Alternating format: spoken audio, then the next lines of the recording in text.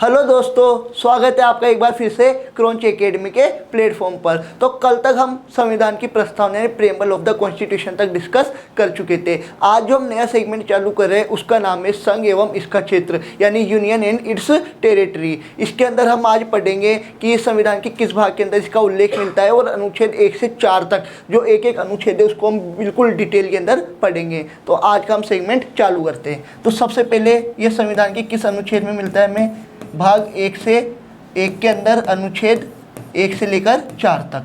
ठीक है, अनुच्छेद 1 से 4 तक इसका वर्णन हमें देखने को मिलता है। इसके बाद में सर्वप्रथम संविधान सभा के अंदर जब भारत के देश के नाम के ऊपर चर्चा हो रही थी तो इसमें मत एक के नहीं था। मत एक के अर्थात सभी मत एक समान नहीं थे। मत एक के यानी मत प्लस 1 के।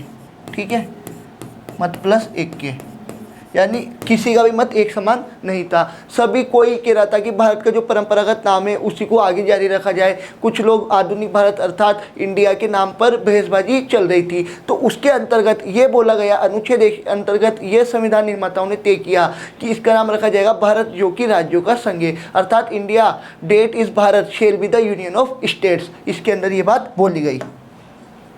क्या बोला गया? India that is Bharat, India that is Bharat,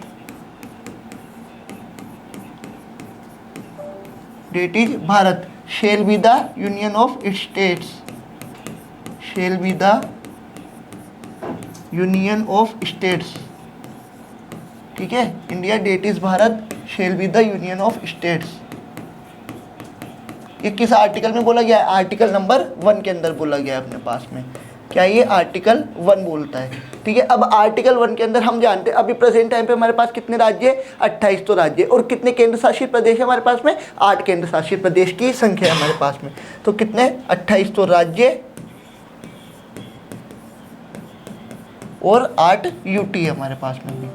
ठीक है, 28 तो राज्य है हमारे पास में और 8 यूटी है। यूटी यानी केंद्र शासित प्रदेश अपने पास में। अब ये 28 राज्यों के अंदर जो 3 भागों में भी इसको विभक्त किया जाता है। जब सर्वप्रथम स्वतंत्रता के पश्चात ये तय किया गया कि कौन सा क्षेत्र तो हमारे अधीन रहेगा, कौन सा क्षेत्र जो कि विवाद की स्थिति में उसका अधिग्रहण किस प्रकार से किया जाएगा, इन सब की चर्चा हमें अनुच्छेद 1 के बाद अनुच्छेद 2 और अनुच्छेद के अंदर किस प्रकार से 3 भागों में इसको विभक्त किया गया वो भी हम डिटेल में पढ़ेंगे। तो हमारे पास जो अगला है इसको 3 भागों में विभक्त किया जाता है। अनुच्छेद 1 के अंतर्गत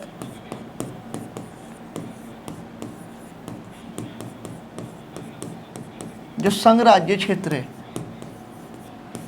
ठीक है, संघ राज्य क्षेत्र 3 वर्गों में विभक्त है। कितने वर्गों में? 3 वर्गों में। ठीक है, 3 वर्गों में विभक्त है। अब वो 3 कौन कौन से? तो जो हमारे पास पहला है उसका नाम है संघ क्षेत्र।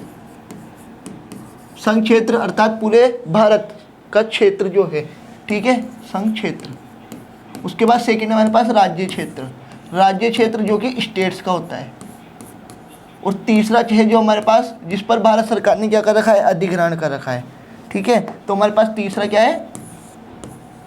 भारत द्वारा अधिग्रहित क्षेत्र। ठीक है, भारत द्वारा अधिग्रहित क्षेत्र, भारत द्वारा क्या है? अधिग्रहित क्षेत्र की बात बोली गई है। तो हमने देखा, क्या देखा? सबसे पहले कि संघ एवं इसका क्षेत्र भाग 1 के अंदर वर्णन है, अनुच्छेद 1 से 4 तक है। यहाँ पर संविधान निर्माताओं के द्वारा एक भी प्रकार का मत एक के नहीं था, अर्थात सब अलग अलग मत दे रहे थे। तो कोई बोलता है कि भारत का जो नाम है वो परंपरागत जो चला रहा है भारत वही रखा जाए। कुछ लोग आधुनिक मॉडर्न यानी भारत इंडिया के नाम पर अड़े हुए थे। पर उसके बाद में ये बोला गया कि आर्टिकल 1 के अंदर India that is Bharat shall be the union of states. Bharat जो कि इंडिया जो कि भारत है संघ राज्यों का क्षेत्र होगा। उसके बाद आज वर्तमान में हमारे पास कितने? 28 तो स्टेट्स है और 8 क्या है हमारे पास में? यूटीज। और आर्टिकल 1 के अंतर्गत बोला गया है कि संघ राज्य क्षेत्र 3 वर्गों में विभक्त किया गया है। कौन सा? पहला हमारे पास संघ क्षेत्र, दूसरा कौन सा है? राज्य क्षेत्र, और तीसरा है भारत द्वारा अधिग्रहित क्षेत्र हमारे पास में। इसके बाद जो हमारे पास अगला टॉपिक है वो है आर्टिकल 2। कौन सा हमारे पास अगला? आर्टिकल 2 की बात हम करेंगे। ठीक है, अब आर्टिकल 2 के अंदर क्या बोला गया है? मेन तो हमें ये ध्यान रखना है। तो आर्टिकल 2 के अंदर जो बोला जाता है वो हमारे पास में बोला जाता है कि दो प्रकार से इसके अंदर परिवर्तन किया जा सकता है। ठीक है, क्या दो प्रकार से परिवर्तन किया जा सकता है? क्या कि एक तो सरकार क्या कर सकती है, या तो किसी राज्य जो कि पहले से अस्तित्व में है उसको क्या कर सकती है, शामिल कर सकती है, या फिर किसी नए राज्य का गठन कर सकती है। तो किसी नए राज्य को शामिल करना या किसी नए राज्य का गठन करना। ठीक है, दो प्रकार की बात इसके अंदर बोली जाती है। क्या क्या बात बोली जाती है? किसी नए राज्य को शामिल करना, किसी नए राज्य को शामिल करना। ठीक है, नए राज्य को क्या है, शामिल करना। और दूसरी बात क्या बोली जाती है? ये तो ये बोल दी, अब दूसरी बात हमारे पास बोली गई किसी नए राज्य का गठन करना। क्या? किसी नए राज्य का गठन करना। किसी नए राज्य का गठन करना। अब किसी नए राज्य को शामिल करना मतलब कि वो राज्य पहले से तो अस्तित्व में है, उसको क्या करना है, भारत के संघ राज्य क्षेत्र में शामिल करना। और दूसरी बात, किसी नए राज्य का गठन करना। इसका उदाहरण हमें देखने को मिलता है तेलंगाना 2014 के अंदर। ठीक है, तेलंगाना को क्या करा, शामिल करा था हमने। किस राज्य के रूप में? 29 राज्य के रूप में, 29वां राज्य। ठीक है, तेलंगाना को बनाया था हमने। कब बनाया था? 2014 के अंदर। इसके बाद में हमारे पास जो उदाहरण देखने को मिलता है कि जो राज्य पहले से अस्तित्व के अंदर है उसको भारत संघ क्षेत्र में शामिल कर सकता है। उसके हमने बात देखी कि किसी नए राज्य का प्रवेश या गठन कराना। ठीक है, ये किस वर्णन के हमें देखने को मिला? आर्टिकल 2 के अंदर।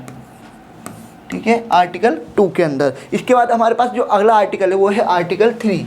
कौन सा आर्टिकल है हमारे पास में? आर्टिकल 3। तो अब आर्टिकल 3 के अंदर ये बोला गया है कि संसद के पास ये शक्ति है कि वो किसी भी नए राज्य के लिए अलग से कानून बना सकती है, किसी भी नए राज्य की पुनर्गठित परिसीमन किया जा सकता है, और किसी भी नए राज्य क्षेत्र की या तो सीमा को बढ़ाया जा सकता है या घटाया जा सकता है। आर्टिकल 3 के अंदर इसका वर्णन हमें देखने को मिलता है। तो आर्टिकल 3 के अंतर्गत बोला गया है कि संसद के पास शक्ति है कि वह किसी भी राज्य की सीमा में परिवर्तन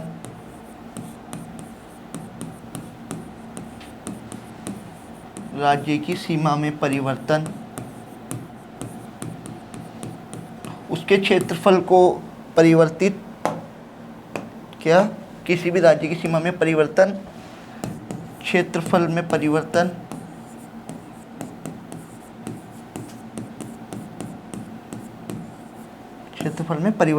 राज्य की सीमा को बढ़ा सकेगी,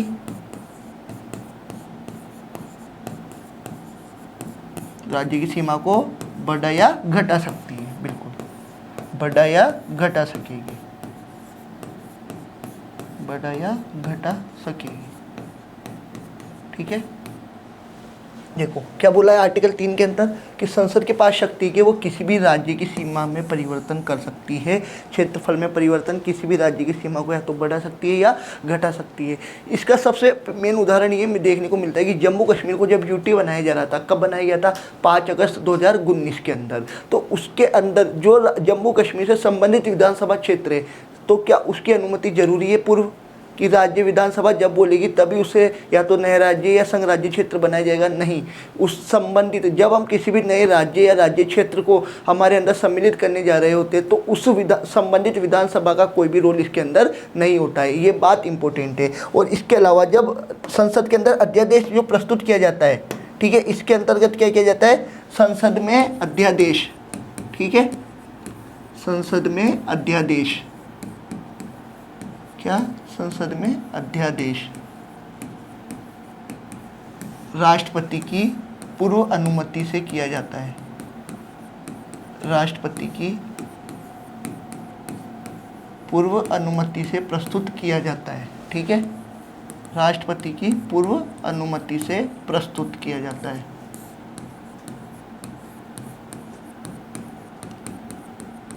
प्रस्तुत किया जाता है। ठीक है, किया जाता है। संघ राज्य क्षेत्र से संबंधित अगली जो बात बोली गई है, मैंने आपको जो भी बोल के बताई वही बात कि संघ राज्य क्षेत्र से संबंधित विधानसभा का कोई अस्तित्व नहीं होता है।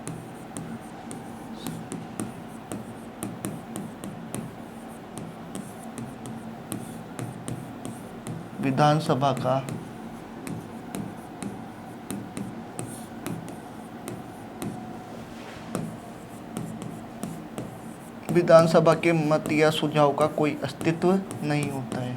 किसके अंदर बोला गया है? ये सब आर्टिकल 3 के अंदर बोला गया है। ठीक है, इसके अलावा जो बात बोली गई है हमारे पास में क्या, कि संसद किसी भी राज्य के नाम में परिवर्तन कर सकती है। जो हमारे पास अगली जो संसद की जो पावर्स है आर्टिकल 3 के अंतर्गत, वो क्या क्या है कि आर्टिकल 3 में बोला गया है कि संसद सबसे पहले क्या, ए पॉइंट, किसी भी राज्य के अंदर, किसी भी राज्य में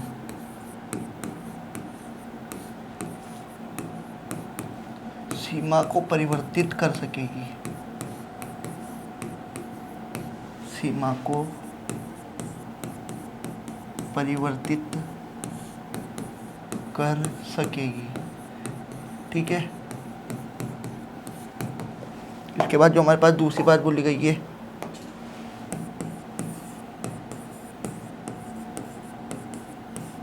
किसी भी संघ राज्य क्षेत्र के नाम में परिवर्तन। अभी हमने देखा है केरल का नाम क्या हो गया है, केरलम। किस अनुच्छेद के तहत किया गया है? अनुच्छेद 3 के तहत केरल का नाम बदल के क्या कर दिया है, केरलम कर दिया है। तो किसी भी संघ राज्य क्षेत्र के नाम में क्या कर सकती है संसद, परिवर्तन कर सकती है, किसी भी संघ राज्य क्षेत्र के नाम में परिवर्तन। ठीक है, ये क्या है, आर्टिकल 3 के अंतर्गत ये बात बोली गई है अपने पास में। तो आर्टिकल 3 में हमने क्या देखा, सबसे पहले आर्टिकल 1 पे चलते हैं। India that is Bharat shall be the union of states.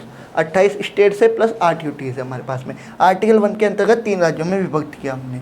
कौन कौन से, एक तो संघ क्षेत्र, राज्य क्षेत्र और भारत द्वारा अधिग्रहित क्षेत्र। आर्टिकल 2 बोलते हैं कि किसी भी नए राज्य को शामिल करना, अर्थात या फिर किसी नए राज्य का गठन करना। 2014 का एग्जाम्पल हमें देखने को मिलता है, तेलंगाना को हमने क्या करा था, 29th स्टेट के रूप में हमने शामिल करा था। इसके बाद में आर्टिकल 3 बोलता है कि संसद के पास शक्ति कि वह किसी भी राज्य की सीमा में परिवर्तन कर सकती है, क्षेत्रफल में परिवर्तन कर सकती है और राज्य की सीमा को बढ़ा या घटा सकेगी। इसके बाद संसद में अध्यादेश राष्ट्रपति की पूर्व अनुमति से क्या किया जाता है, प्रस्तुत, ताकि इससे बाद में कोई भी चेंज नहीं किया जा सके। फिर संघ राज्य क्षेत्र से संबंधित विधानसभा के मत या सुझाव का अस्तित्व इसके अंदर नहीं होता है। अर्थात अब इसके अंदर ये भी बोला जाता है कि अगर विधानसभा इसका विरोध करे तो क्या संसद उस पर वापस विचार कर सकती है।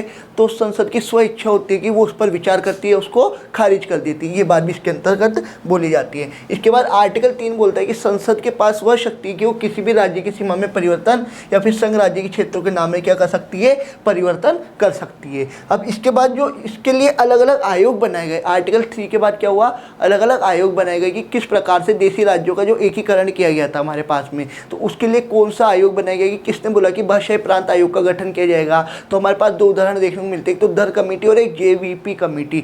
जे for Jawaharlal Nehru, V for Vallabh bhai Patel, P for Pattabhi Sitaramayya. इस प्रकार से अलग अलग कमेटीज का गठन किया गया था। किसमें, संघ राज्य क्षेत्रों के नाम को, कि उसका आधार क्या होगा, उनको किस प्रकार से विभक्त किया जाएगा। तो हमारे पास जो अगला टॉपिक है वो है देशी रियासतों का एकीकरण। अपने पास में देखने को एग्जाम्पल मिलेगा, क्या, देशी रियासतों का एकीकरण। अगला जो हमारे पास टॉपिक है वो क्या है, देशी रियासतों का एकीकरण। देशी रियासतों का एकीकरण, ठीक है। तो स्वतंत्रता तक भारत के पास कितनी टोटल देशी रियासतें थी, कोई बता सकता है। तो हमारे पास जो देशी रियासतों की संख्या थी होती 552। तो देशी रियासतों की संख्या कितनी, देशी रियासतों की संख्या, ठीक है, देशी रियासतों की संख्या। तो वो जो आंकड़ा में देखने को मिलता है वो हमारे पास आंकड़ा है 552। कितना है, 552। अब हुआ क्या, 552 में से 549 तो जब वल्लभ भाई पटेल के कहने पर संघ राज्य क्षेत्र यानी भारत में शामिल होने के लिए क्या हो गई थी, तैयार। परंतु 3 अपवाद जो कि भारत के अंदर सम्मिलित नहीं होना चाहते थे, वो या तो स्वतंत्र रहना चाहते थे या पाकिस्तान में शामिल होना चाहते थे। वो 3 अपवाद निम्न प्रकार है। ठीक है। तो वो 3 अफवाद कौन कौन से? देशी रियासतों की संख्या 552। शामिल हो चुकी संख्या कितनी थी? शामिल रियासतों की संख्या 549।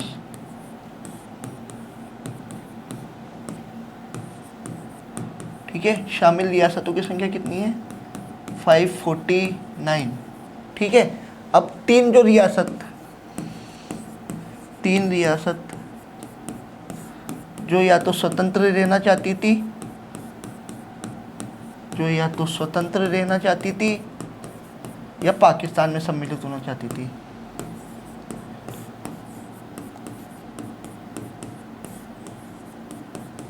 स्वतंत्र रहना चाहती थी या पाकिस्तान में सम्मिलित होना चाहती थी। ठीक है, वो 3 थी, हैदराबाद, जूनागढ़ और कश्मीर।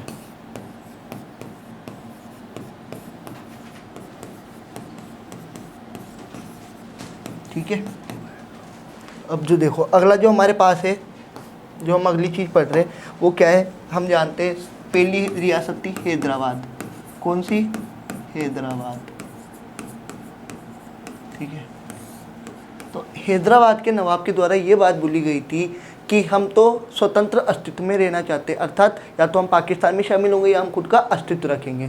परंतु सरदार वल्लभ भाई पटेल के द्वारा ये बात बोली गई थी कि आपको भारत के अंदर सम्मिलित होना पड़ेगा। परंतु वहाँ के नवाब के द्वारा जब सरदार वल्लभ भाई पटेल की बात का उल्लंघन किया गया तो वहाँ पर सैन्य कार्रवाई के द्वारा क्या किया गया? हैदराबाद को भारत में सम्मिलित किया गया। इसलिए जो ऑपरेशन चलाया गया था उस ऑपरेशन का नाम था ऑपरेशन पोलो, जो 1948 में चलाया गया था। ठीक है। हैदराबाद सैन्य कार्यवाही द्वारा शामिल, सैन्य कार्यवाही द्वारा सम्मिलित। ठीक है, सैन्य कार्यवाही के द्वारा क्या किया गया? सम्मिलित किया गया। कब किया गया और इस ऑपरेशन का क्या नाम था जिसके द्वारा शामिल किया गया था? ऑपरेशन पोलो। ऑपरेशन पोलो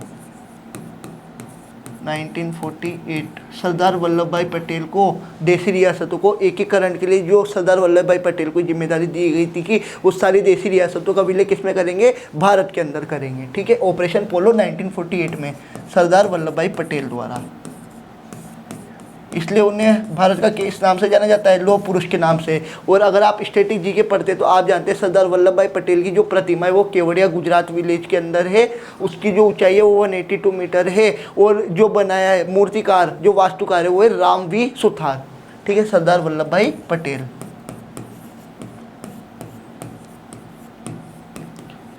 ठीक है, सरदार वल्लभ भाई पटेल के प्रयासों से, सरदार वल्लभ भाई पटेल के प्रयासों से। और अगर हम इसे स्टैटिक जीके के अंदर जोड़ेंगे, ठीक है, मैं आपके उसकी स्टैटिक जीके भी बता देता हूँ। तो स्टैटिक जीके जो इसके अंदर बोली गई है वो क्या है कि इनकी जो मूर्ति है वो कहाँ पर है? केवड़िया गांव गुजरात। कहाँ पर है? केवड़िया गांव गुजरात के अंदर है। इसकी ऊंचाई कितनी है? इसकी ऊंचाई है 182 मीटर। कितनी है? 182 मीटर। वास्तुकार कौन है? रामवी सुथार। वास्तुकार कौन है इसके? रामवी सुथार। रामवी सुथार। ठीक है। तो सरदार वल्लभ भाई पटेल की प्रतिमा केवड़िया विलेज गुजरात के अंदर 182 मीटर इसकी ऊंचाई है और इसकी जो वास्तुकार है वो है हमारे पास में रामवी सुथार। ठीक है। अब हैदराबाद के पास हम अगला चलते हैं जूनागढ़। कौन है हमारे पास अगली रियासत? जूनागढ़। ठीक है, जूनागढ़ का आता है गुजरात में आता है। तो यहाँ के राजा के द्वारा बोला गया कि जूनागढ़ तो कहाँ पर शामिल होगा? पाकिस्तान के अंदर। परंतु सरदार वल्लभ भाई पटेल जो कि कहाँ से संबंधित थे? गुजरात से। उन्होंने इस बात से साफ इनकार कर दिया। उनके द्वारा एक ही बात बोली गई कि जूनागढ़ क्या है? गुजरात का अभिन्न हिस्सा है। फिर यहाँ पर क्या बात बोली गई कि आप जनमत वोट करा लीजिए, जनमत संग्रह के द्वारा। किसके द्वारा? जनमत संग्रह द्वारा।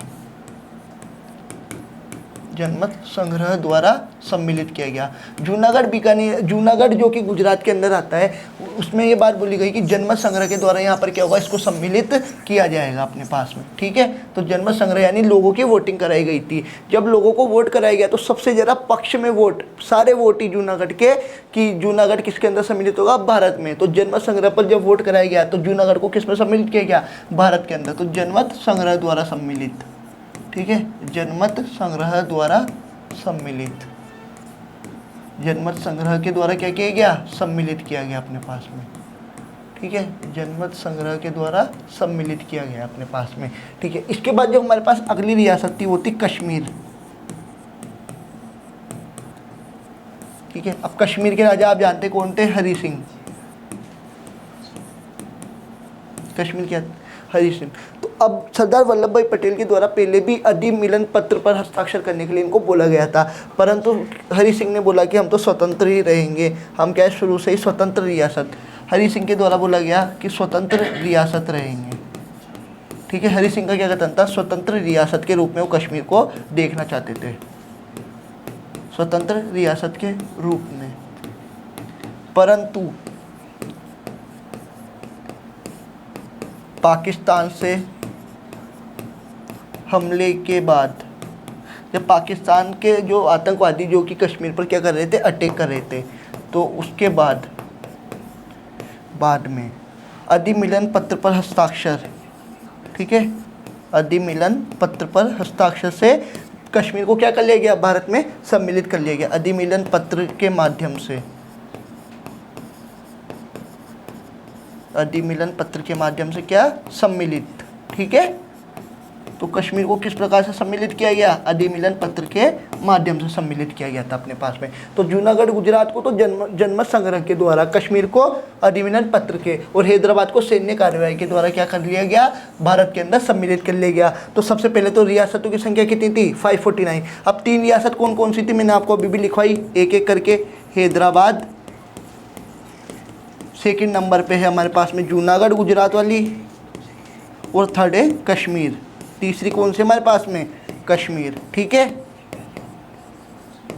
तो ये 3 रियासतों का विलय हमने कैसे देखा, हैदराबाद का ऑपरेशन पोलो के द्वारा, जूनागढ़ का जनमत संग्रह के द्वारा, कश्मीर का अधिमिलन पत्र के माध्यम से सम्मिलित किया गया था हमारे पास में। ठीक है, इसके बाद जो हम अगले पढ़ेंगे किन किन प्रांतों का या फिर किन किन कमिटीज़ का गठन इसके अंदर किया गया। तो 2 कमिटीज़ हमें देखने को मिलेगी, एक तो धर कमेटी, धर समिति, ठीक है, और एक जेवीपी समिति, धर समिति व जेवीपी समिति।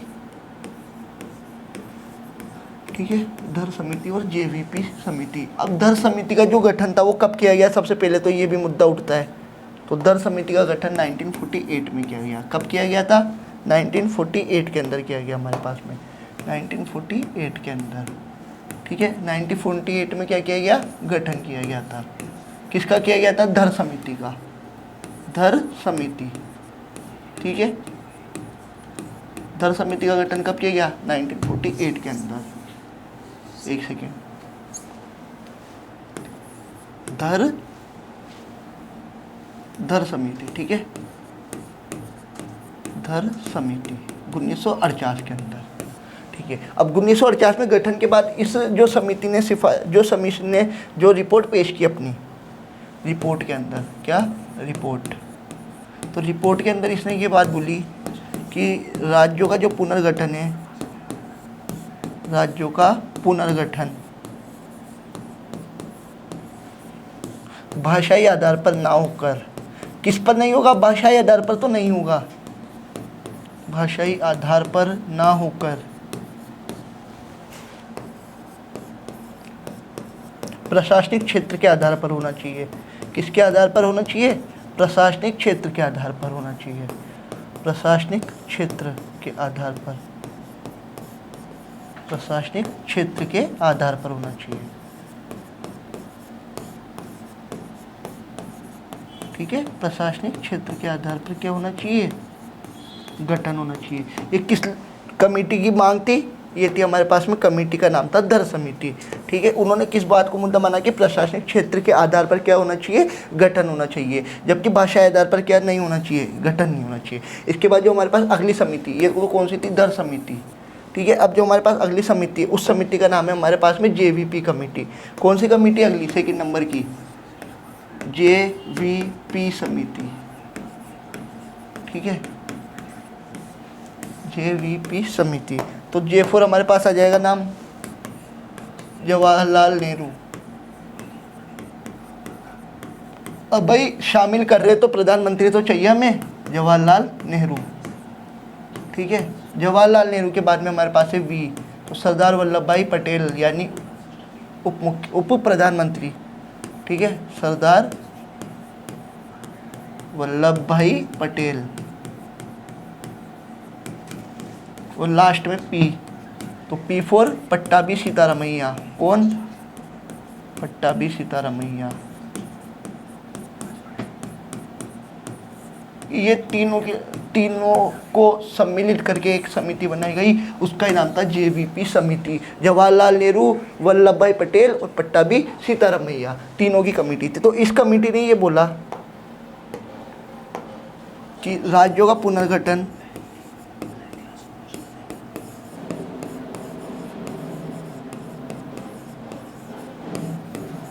भाषाई आधार पर होना चाहिए।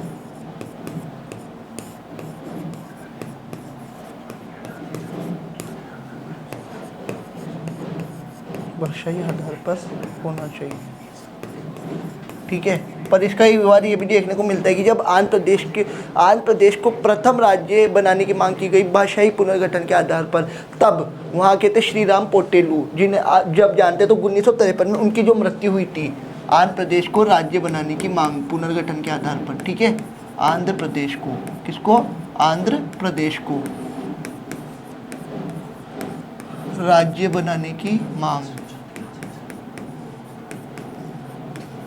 राज्य बनाने की मांग, ठीक है। तो श्री राम पोर्टेलू, कौन? श्री राम पोर्टेलू,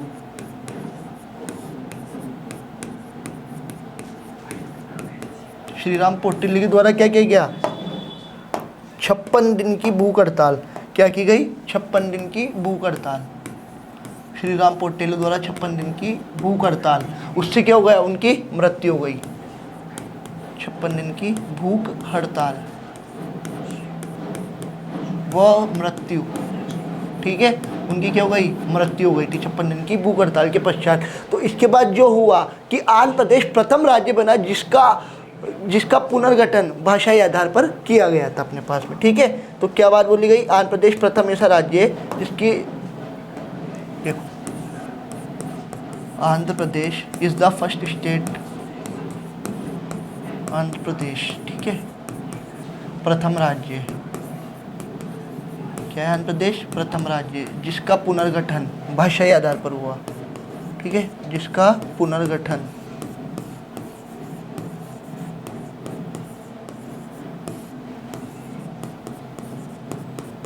भाषाई आधार पर हुआ,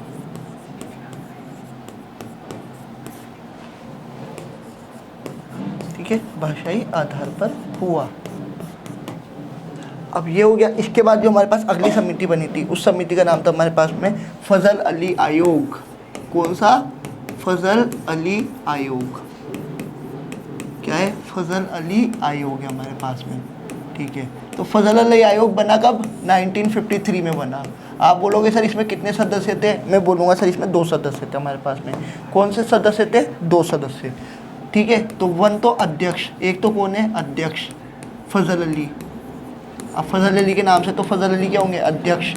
पर ये 2 सदस्य थे कौन कौन? कोई बता सकता है मुझे? प्लस 2 सदस्य। अब कौन नाम बताएगा? आप लोग ही कमेंट में लिखना नाम, मैं आपको बता देता हूँ। पहले खुद गेस करना आप। सबसे पहला जो नाम आता है इसके अंदर वो आता है कुंजरू, HN कुंजरू, हृदयनाथ कुंजरू, ठीक है। और दूसरे KM पणिक्कर। कौन है? KM पणिक्कर। ये 2 सदस्य जो फजल अली आयोग के अंदर थे, ठीक है, इनको सम्मिलित किया गया था। तो एक अध्यक्ष कौन? फजल अली। 2 सदस्य कौन? HN कुंजरी और KM पणिक्कर हमारे पास के अंदर थे, ठीक है। इसके बाद जो हमारे पास बोला गया कि फजल अली आयोग, ठीक है,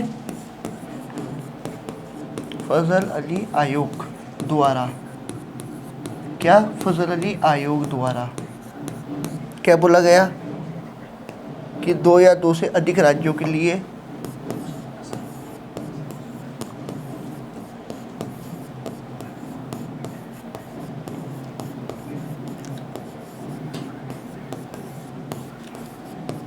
अधिक राज्यों का एक राज्यपाल होगा।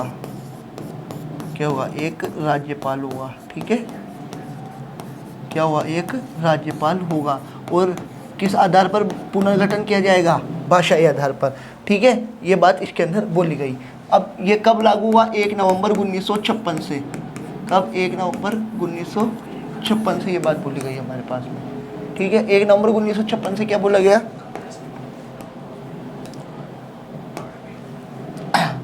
राजस्थान इस दिन अस्तित्व में आया था। एक तो राजस्थान अस्तित्व में आया, और फजल अली आयोग की जो सिफारिश थी वो भी इस दिन लागू की गई। राजस्थान अस्तित्व में आया और फजल अली आयोग की सिफारिशें लागू हुई। ठीक है,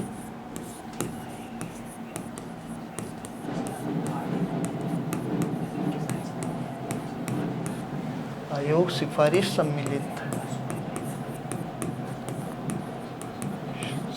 हुई। ठीक है, ये बात इसके अंदर बोली है हमारे पास में। ठीक है, इसके बाद जो हमारे पास जो मेन इंपॉर्टेंट, ठीक है, इसमें कितने राज्यों का गठन हुआ? 14 राज्य, 14 राज्यों प्लस 8 यूटी, 8 यूटी का गठन हुआ। ठीक है, 14 राज्यों और 8 यूटी का क्या किया गया? गठन हमारे पास में किया गया था। तो ये भी हमें ध्यान रखना है।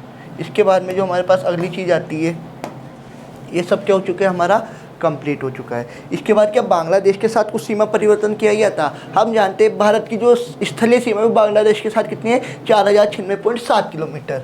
तो बांग्लादेश के साथ सीमा परिवर्तन, बांग्लादेश के साथ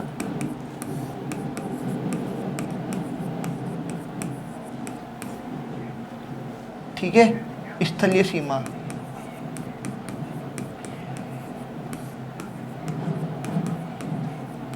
स्थलीय सीमा कितनी है? 4096.7 किलोमीटर। ठीक है, तो एक संविधान संशोधन हुआ हमारे पास में 2015 के अंदर। कब हुआ था? 2015 में। इस संविधान संशोधन के द्वारा ये बोला गया कि भारत ने जो बांग्लादेश के क्षेत्र अधिग्रही थे वो उसे वापस किए जाएंगे, और भारत के जो क्षेत्र बांग्लादेश के पास अधिग्रही थे उन्हें वापस भारत में सम्मिलित किया जाएगा। तो भारत बांग्लादेश के अधिग्रही क्षेत्र को लौटाएगा। भारत बांग्लादेश के जो कितने क्षेत्र थे? 100 के 100 अधिग्रही क्षेत्र,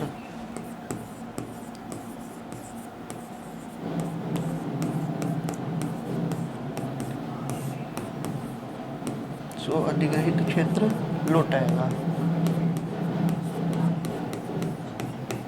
ठीक है, ये बात इसके अंदर बोली गई थी हमारे पास में। इसके बाद भारत के कितने क्षेत्र सम्मिलित हुए थे? 50 क्षेत्र सम्मिलित हुए थे हमारे पास में। 100वें संविधान संशोधन अधिनियम 2015 के द्वारा हमारे पास में संशोधित होते हैं। ठीक है, इसके बाद हम अगले टॉपिक पे चलेंगे। देखो यहाँ तक हमने लिख लिया। क्या क्या लिखा हमने? सबसे पहले भाग 1 अनुच्छेद 1 से 4 मत प्लस 1 के किसी भी संविधान सभा के अंदर मत 1 भी नहीं था। कुछ बोलते थे कि परंपरागत नाम रहना चाहिए, कुछ बोलते थे आधुनिक नाम इंडिया रखना चाहिए। उसके बाद में जो हमारे पास अगली बार बोली गई कि India that is Bharat shall be the union of states.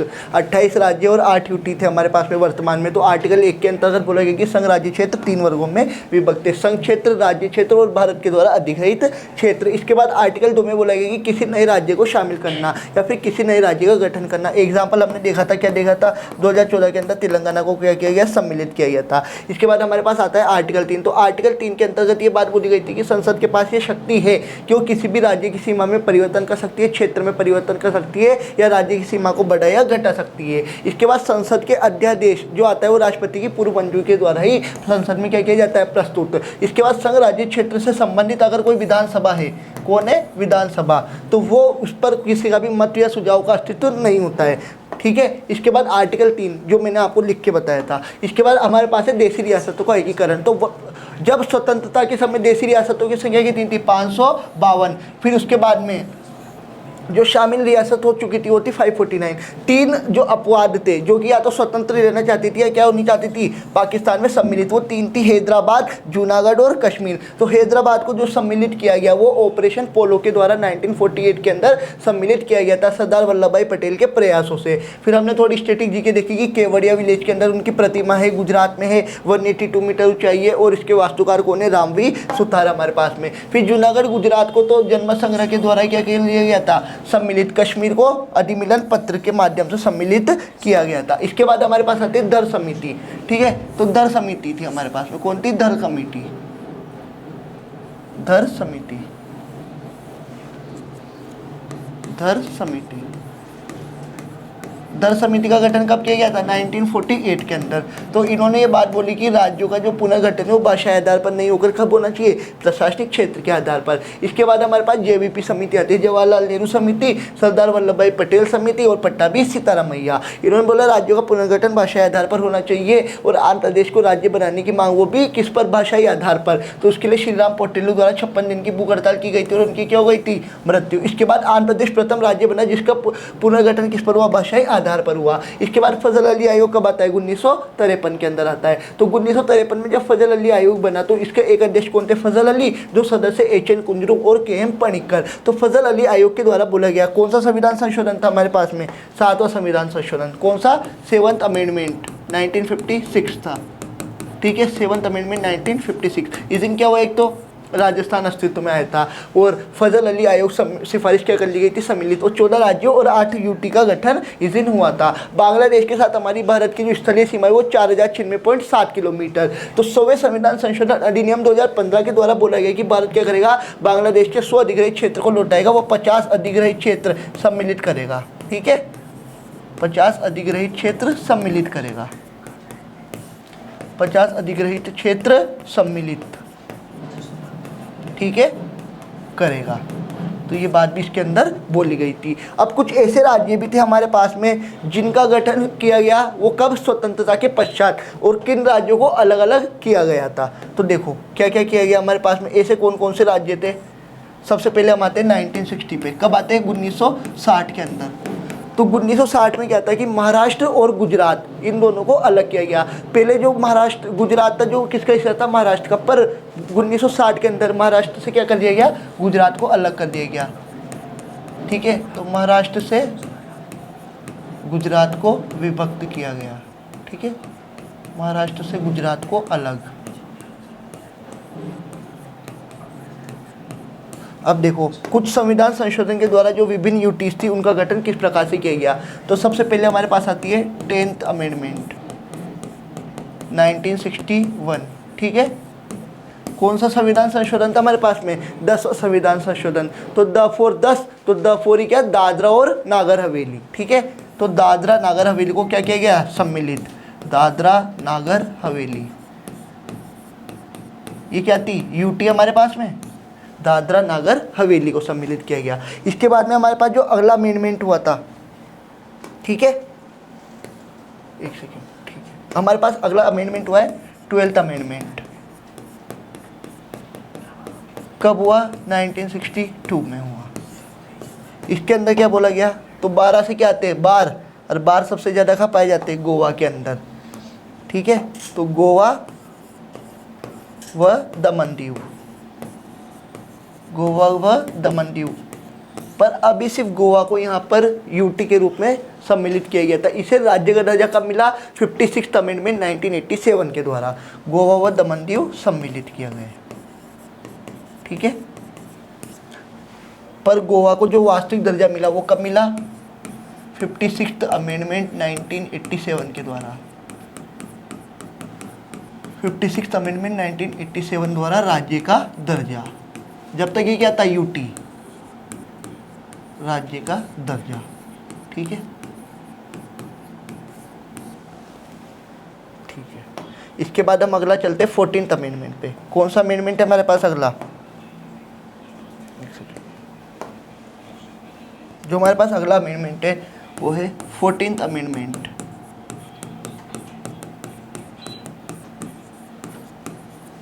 ठीक है। इससे हमने क्या शामिल करा, पुडुचेरी को, किसको शामिल करा, पुडुचेरी को सम्मिलित किया गया हमारे पास में, पुडुचेरी को सम्मिलित किया गया। तो देखो 10th से तो हमने क्या दादरा और नगर हवेली, 10 में 2 जोड़ेंगे तो 12th से क्या करा हमने गोवा और दमन दीव को, 12 में 2 जोड़ेंगे तो 14 से हमने किसको ऐड करा, पुडुचेरी को सम्मिलित कर लिया हमारे पास में। फिर इसके बाद में जब 1 नवंबर 2000, इंपॉर्टेंट डेट, कौन सी डेट है, 1 नवंबर 2000, इस डेट को आप बिल्कुल हाईलाइट करके रखेंगे, 1 नवंबर 2000। अगले पेज पे लिखते हैं, एक सेकेंड, अगली स्लाइड पे।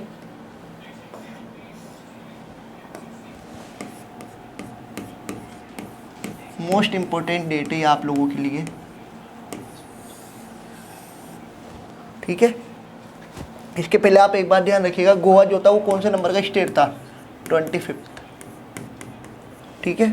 अब अगला जो हमारे पास पेज है 1 नवंबर 2000, ठीक है। तो इस दिन क्या होता है, सबसे पहले झारखंड को बिहार से अलग कर दिया जाता है, उत्तराखंड को यूपी से अलग कर देते और मध्य प्रदेश को क्या कर देते, छत्तीसगढ़ से अलग कर देते, ठीक है। तो एमपी को छत्तीसगढ़ से अलग कर दिया, एमपी को किससे अलग कर दिया हमने, छत्तीसगढ़ से, एमपी को छत्तीसगढ़ से अलग कर दिया, एमपी को छत्तीसगढ़ से अलग, ठीक है, यानी पृथक। इसके बाद में जो हमने अलग करा है वो किसको अलग करा, यूपी यानी उत्तराखंड को यूपी से अलग, यूके यानी उत्तराखंड,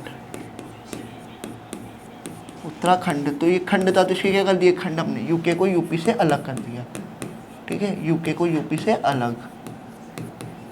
इसके बाद में जो हमने अलग करा, किसको अलग करा है हमने, अगला चीज, झारखंड को बिहार से, झारखंड को बिहार से, झारखंड को हमने क्या कर दिया, बिहार से अलग कर दिया, झारखंड को बिहार से अलग।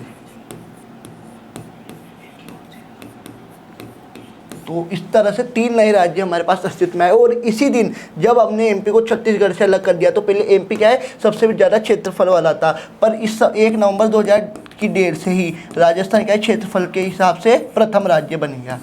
1 नवंबर 2000 राजस्थान क्षेत्रफल की दृष्टि से भारत का प्रथम राज्य बना, राजस्थान क्षेत्रफल की दृष्टि से प्रथम राज्य,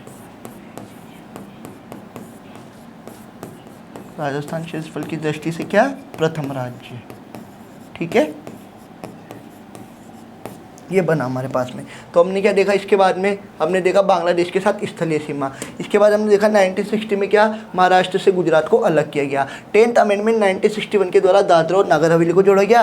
12th अमेंडमेंट 1962 के द्वारा गोवा और दमन दीव को सम्मिलित किया गया। इसके बाद में गोवा को 56th अमेंडमेंट 1987 के द्वारा राज्य का दर्जा मिला, 25 स्टेट था ये। फिर 14th अमेंडमेंट के द्वारा 1963 में पुडुचेरी को सम्मिलित किया गया। हमने एक डेट देखी 1 नवंबर 2000, तो इस दिन एमपी को एक तो छत्तीसगढ़ से अलग किया गया, उत्तराखंड को यूपी से अलग किया गया और झारखंड को बिहार से अलग किया गया था। और 1 नवंबर 2000 को क्या है, राजस्थान क्षेत्रफल की दृष्टि से प्रथम राज्य बना। परंतु इसके द्वारा कुछ ऐसे भी संविधान संशोधन थे जो अलग बहुत इंपॉर्टेंट माने जाते हैं, जैसे 36th अमेंडमेंट, ठीक है। तो 36th अमेंडमेंट से क्या होता है, देखो सिक्किम, ठीक है, सिक्किम। तो S4 क्या होता है, 6, तो 6 का स्क्वायर कितना होगा, 36। इसके आप ट्रिक याद रखिएगा, S4 6 यानी 6, ठीक है। तो 6 का स्क्वायर कितना, 36। तो 36 अमेंडमेंट के द्वारा सिक्किम को क्या किया गया, ऐड किया गया, ठीक है। इसके बाद हमारे पास 22 अमेंडमेंट आता है। कब आता है, 22 अमेंडमेंट आता है हमारे पास में। कब होता है, 1969 के अंदर। इस दिन किसको जोड़ा जाता है, मेघालय को, ठीक है। किसको जोड़ा जाता है, मेघालय को ऐड किया जाता है हमारे पास में, मेघालय को सम्मिलित किया जाता है हमारे पास में। मेघालय को क्या किया जाता है, सम्मिलित। तो हमने पहले महाराष्ट्र से गुजरात को अलग करा, दादरा नागर हवेली को हमने जोड़ा, गोवा और दमन दीव को सम्मिलित किया। इसके बाद गोवा को हमने राज्य का दर्जा दिया, पुडुचेरी को सम्मिलित करा। उसके बाद में हमने सिक्किम को सम्मिलित करा, मेघालय को सम्मिलित करा।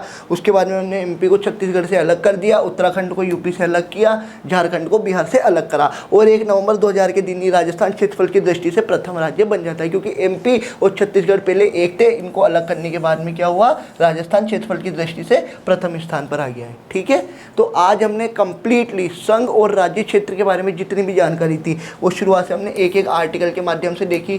संघ और राज्य क्षेत्र, उसके बाद India that is the shall of union states. Article 2 किसी भी नए राज्य को शामिल करे या नए राज्य का गठन करना। आर्टिकल 3 संसद के पास शक्ति को किसी भी राज्य की सीमा में परिवर्तन कर सकती है, बढ़ा या घटा सकती है। और इसके बाद आर्टिकल 3 के अंदर एक बात और बोली गई इंपॉर्टेंट,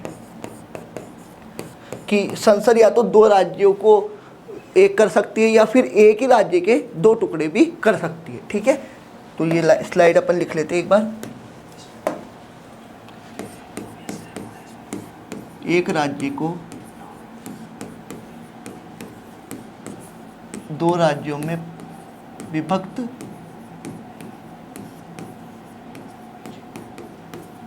और 2 क्षेत्रों को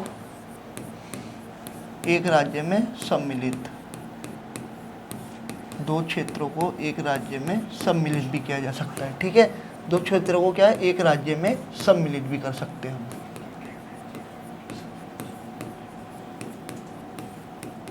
ये भी इसके अंदर सम्मिलित किया जा सकता है। फिर इसके बाद में हमने अगली चीज़ देखी थी क्या, कि संसद की अध्यादेश जो प्रस्तुत किया जाता है राष्ट्रपति की पूर्व अनुमति से किया जाता है। उस संघ राज्य क्षेत्र से संबंधित विधानसभा के मत या सुझाव का भी कोई अस्तित्व नहीं होता है। इसके बाद आर्टिकल 3 में जो बात बोली गई थी कि किसी भी राज्य क्षेत्र के नाम में परिवर्तन देखने को मिल सकता है। इसका एग्जाम्पल जो हमारे पास में वो केरल का नाम बदल के क्या कर दिया है, केरलम। केरल से क्या कर दिया हमने, केरलम।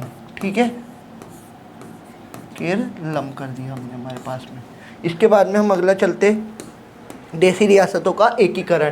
तो जब स्वतंत्रता के समय देसी रियासत कितनी थी, 552, पर शामिल कितनी हुई थी, 549। तो 3 कौन कौन से अफवाह थे जो शामिल नहीं हुए, हैदराबाद, जूनागढ़ और कश्मीर। इसके बाद में हैदराबाद को तो सैन्य कार्रवाई के द्वारा, ऑपरेशन पोलो के द्वारा सम्मिलित किया गया सरदार वल्लभ भाई पटेल के प्रयासों से। इसके बाद में हमारे पास जो आए जूनागढ़, तो जूनागढ़ को किससे सम्मिलित किया गया, जनमत संग्रह के द्वारा। और कश्मीर को किसके द्वारा, अधिमिलन पत्र के माध्यम से सम्मिलित किया गया था। इसके बाद में जो हमने अगला देखा कि धर समिति, तो धर समिति का गठन 1948 में किया गया। रिपोर्ट इसकी है कि राज्यों का पुनर्गठन भाषाई आधार पर न होकर किस आधार पर होगा, प्रशासनिक आधार पर होगा। इसके बाद में हमारे पास JVP समिति, तो J फॉर जवाहरलाल नेहरू समिति, V फॉर सरदार वल्लभ भाई पटेल समिति, P फॉर पट्टर B सीतारामैया समिति। इसके बाद राज्यों का पुनर्गठन भाषाई आधार पर होना चाहिए। इसके परिणाम स्वरूप हमारे पास आया कि जो आंध्र प्रदेश को राज्य बनाने की मांग थी वो श्री राम पोर्टेलो द्वारा 56 दिन की भूख हड़ताल की गई और उसके द्वारा क्या हो गई, मृत्यु। तो इस प्रकार आंध्र प्रदेश प्रथम राज्य बना जिसका पुनर्गठन भाषाई आधार पर हुआ। इसके बाद हमारे पास आया फजल अली आयोग, जिसका गठन 1953 में गया। इसके अध्यक्ष थे फजल अली खुद और 2 सदस्य थे HN कुंजरू और KM पणिक्कर। तो फजल अली आयोग द्वारा बोले गए कि 2 या 2 से अधिक राज्यों का क्या होगा, एक राज्यपाल होगा। और 7th अमेंडमेंट 1956 के द्वारा ये परिवर्तन किया गया। इस दिन राजस्थान अस्तित्व में आया, राजस्थान का नाम बदल के क्या कर दिया, राजस्थान। और फजल अली आयोग सिफारिश सम्मिलित की गई, 14 राज्य प्लस 8 यूटी का गठन हुआ। इसके बाद में हमारे पास बोला गया कि बांग्लादेश के साथ जो हमारी स्थलीय सीमा है वो कितनी, 4096.7 किलोमीटर। तो 100th अमेंडमेंट 2015 के द्वारा भारत बांग्लादेश के 100 अधिग्रहित क्षेत्र लौटाएगा और 50 अधिग्रहित क्षेत्र सम्मिलित करेगा। 1960 के अंदर महाराष्ट्र से क्या हुआ, गुजरात को अलग कर दिया। और 10th अमेंडमेंट 1961 के द्वारा दादरा नागर हवेली को जोड़ा गया। 12th अमेंडमेंट 1962 के द्वारा गोवा व दमन दीव को क्या किया गया, सम्मिलित किया गया। 25th जो हमारे पास राज्य वो है गोवा, तो उसको 56th अमेंडमेंट 1987 के द्वारा क्या किया गया, राज्य का दर्जा मिला। फिर 40th अमेंडमेंट 1962 के द्वारा पुडुचेरी को क्या किया गया, सम्मिलित किया गया। और 1 नवंबर 2000 के दिन 1 नवंबर 2000 के दिन MP को क्या किया गया, छत्तीसगढ़ से अलग, उत्तराखंड को UP से अलग किया गया और झारखंड को बिहार से अलग कर दिया गया था। 36th अमेंडमेंट के द्वारा क्या, सिक्किम को हमने क्या जोड़ा था, राज्य का दर्जा। 22 अमेंडमेंट 1969 के द्वारा मेघालय को सम्मिलित किया गया था। इसके बाद में हमारे पास में 1 नवंबर 2000 को जब MP छत्तीसगढ़ से अलग हो गया तो राजस्थान हमारे पास में क्षेत्रफल की दृष्टि से क्या है, प्रथम राज्य, जो भी वर्तमान में भी वही है। तो ये थी आज की हमारी क्लास। इसके अंदर हमने कंप्लीट क्या देखा, संघ राज्य क्षेत्र, जितने भी आर्टिकल इसके अंदर थे, जितने भी देशी रियासतों का एकीकरण जो हमने किया था, इसके अलावा किस सैन्य कार्यवाही के द्वारा किया गया। इसमें बाद हमने देखा कि आंध्र प्रदेश कौन सा राज्य था, प्रथम राज्य, जिसका गठन किसके आधार पर हुआ, भाषाई आधार पर हुआ था। फिर फजल अली आयोग, जिसके 2 सदस्य के नाम हमेशा पूछे जाते, HN कुंजरू, हृदयनाथ कुंजरू और KM पणिक्कर हमारे पास में। फिर फजल अली आयोग 14 राज्य और 8 यूटी को गठन हुआ था। फिर ये हमारे पास 1960 में महाराष्ट्र से गुजरात को अलग किया गया। 10th अमेंडमेंट 1961 के द्वारा दादरा नागर हवेली इसके बाद में 12th के द्वारा गोवा व दमन दीव। फिर इसके बाद में गोवा को 56 नंबर जो अमेंडमेंट था 1987 राज्य का दर्जा मिला। 12th के द्वारा वो क्या था, यूटी था। इसके बाद में 36 के द्वारा सिक्किम को जोड़ा गया। एस फॉर सिक्किम, तो एस फॉर 6 का स्क्वायर कितना होता है 36। 22 अमेंडमेंट 1969 के द्वारा मेघालय को सम्मिलित किया गया। और लास्ट 1 नवंबर 2000 को 3 अलग राज्य बनाए गए। एमपी को छत्तीसगढ़ से अलग, यूके को यूपी से और झारखंड को बिहार से। तो इस प्रकार से हमने जो कंप्लीट देखा, आज ये हमारा संघ राज्य क्षेत्र का टॉपिक भी कंप्लीट होता है आर्टिकल 1 से लेकर 4 तक, जो कि संविधान के भाग 1 में वर्णित थे। तो ये थी आज की हमारी class. Thank you so much.